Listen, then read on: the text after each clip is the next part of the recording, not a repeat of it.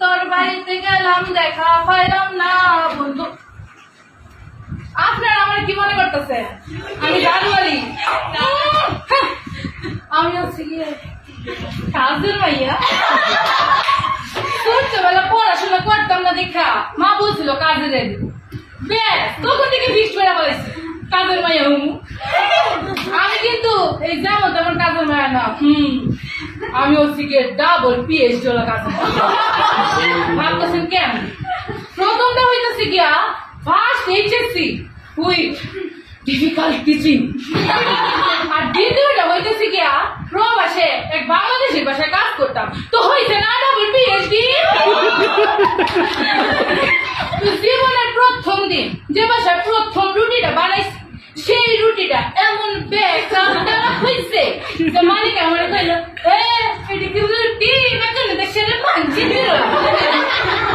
এই দেশে আসার পর আমি একটা জিনিস খেয়াল করলাম, মানুষ যেই ঘরে থাকে যেই ঘরে খায় সেই ঘরেই আবার আমি কোনো খারাপ কথা বলছি, আমি তো বাথরুমে যাদের বাসায় কাজের মায়া আছে তারা কিন্তু দুইটা সুবিধা পায়।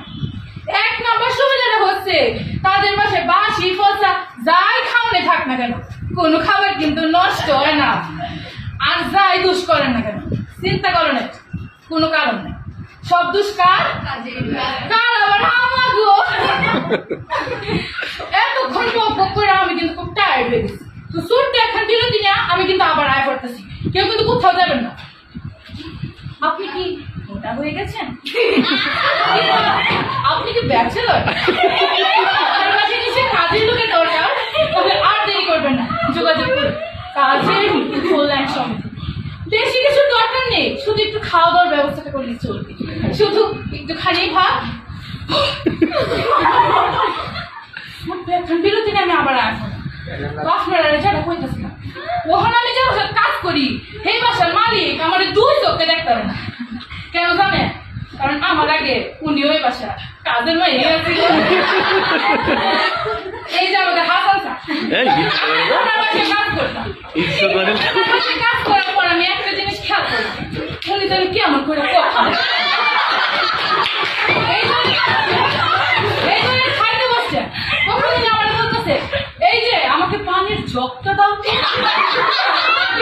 পরে উনি আমার বলতেছে আমাকে ডালের বাটিটা দাও।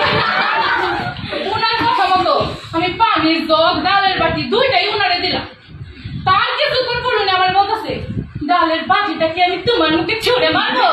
ডালের বাটি দিয়েছো কিন্তু ডালের বাটিতে ডাল কই? তো আমাদের মেম সাহেবের কাছে একদিন পরিবার পরিকল্পনা সমিতির এক পয়সা বলতেছে দেখুন বেশি বাচ্চা নেবে না, বেশি বাচ্চা নেবে কিন্তু প্রবলেম আছে। এইটা শুনি না আমাকে মেম সাহেব তো রাগে আগুনে বলতেছে দেখুন এটা আপনাদের কাছে কন্ট্রোল করা সম্ভব, কিন্তু আমাদের কাছে এটা কোনোভাবেই কন্ট্রোল করা সম্ভব নয়, তার কারণ আমার কাছে স্বামী আছে, আমার কাছে স্বামী আছে। এতক্ষণ পক্ষ করে আমি খুব টায়ার্ড হয়ে গেছি, মানে আমার একটু রেস্ট নেওয়া লাগে। ওটা কইরা